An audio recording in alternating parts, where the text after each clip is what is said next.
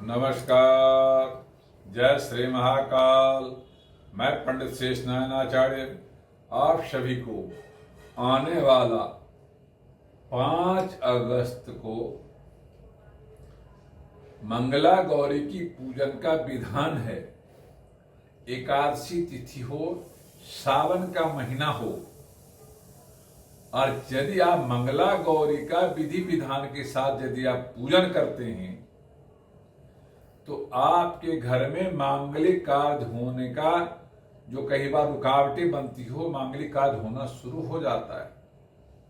क्योंकि आपका बच्चा विवाह करने योग्य है, आपके घर में संतान की प्राप्ति नहीं हो रही है, आपके घर में सुख समृद्धि की कमी है, आपके घर में सुख शांति की कमी है, तो आप यदि एकादशी तिथि सावन के महीने में शुक्ल पक्ष में मंगला गौरी की पूजन करते हैं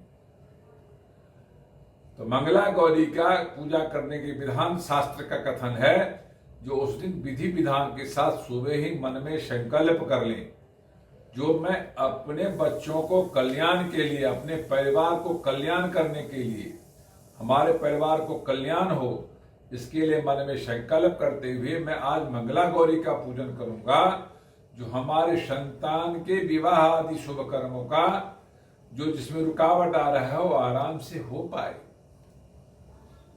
तो उस दिन आप विधि विधान के साथ, षोडशोपचार विधान के साथ महागौरी यानी कुमारी गौरी, मंगला गौरी का पूजन करें।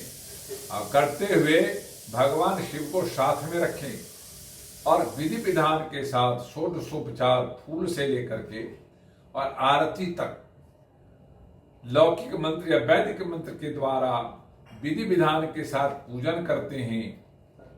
और आप विधि विधान के पूजन करते हुए मन में मंत्र का आवाहन करते हैं और मंत्र का आवाहन करके मन में अपने संकल्प करते हैं, जो मैं ये मंगला गौरी का जब पूजन कर रहा हूं, मैं महागौरी को अर्पण करता हूं और मैं उनसे आशीर्वाद प्राप्त करना चाहता हूं, जो मेरे बच्चों को जीवन में जो विवाह आदि मांगलिक कार्य है और व्यापार आदि जो मांगलिक कार्य है, सुख समृद्धि का जो सूचक है, सुख सौभाग्य का सूचक है, उसकी प्राप्ति के लिए मैं ये पूजन विधान कर रहा हूं। मुझे आप विधि विधान से पूजा करते हुए मैं आपको अर्पण करता हूं, आप मुझे आशीर्वाद दें। ऐसा मन में संकल्प करते हुए यदि विधि विधान के साथ आप पूजन करते हैं, पूर्वाभिमुख में होकर करते हैं, नॉर्थ ईस्ट में बैठ के करते हैं, तो इसका विशेष फल की प्राप्ति होती है। जो लोग विधि विधान के साथ पूजन करते हैं, आप पीले आसन पे बैठ के करते हैं, पीत वस्त्र धारण करके करते हैं, जो लड़की कुमारी हो विधि विधान के साथ से पूजन करते हैं, उसके जीवन में अच्छा पति की प्राप्ति के बाद सुख सौभाग्य की भी प्राप्ति होती है। तो मंगला गौरी का जो विधि विधान से पूजन करते हैं, उस दिन आपको पीले फल और पीला पुष्प, लाल फल, लाल पुष्प का प्रयोग करना चाहिए।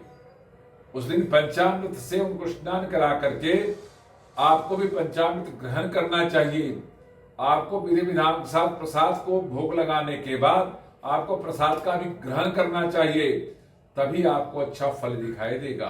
आप तुलसी दल का जरूर प्रयोग करेंगे और श्रीखंड, चंदन और सिंदूर का भी प्रयोग जरूर करेंगे। यदि ऐसा आप करते हैं तो आपके घर में सुख समृद्धि होता है। यह वीडियो यदि आपको अच्छा लगा हो तो लाइक करना, सब्सक्राइब करना, शेयर करना ना भूलें। ओम शांति।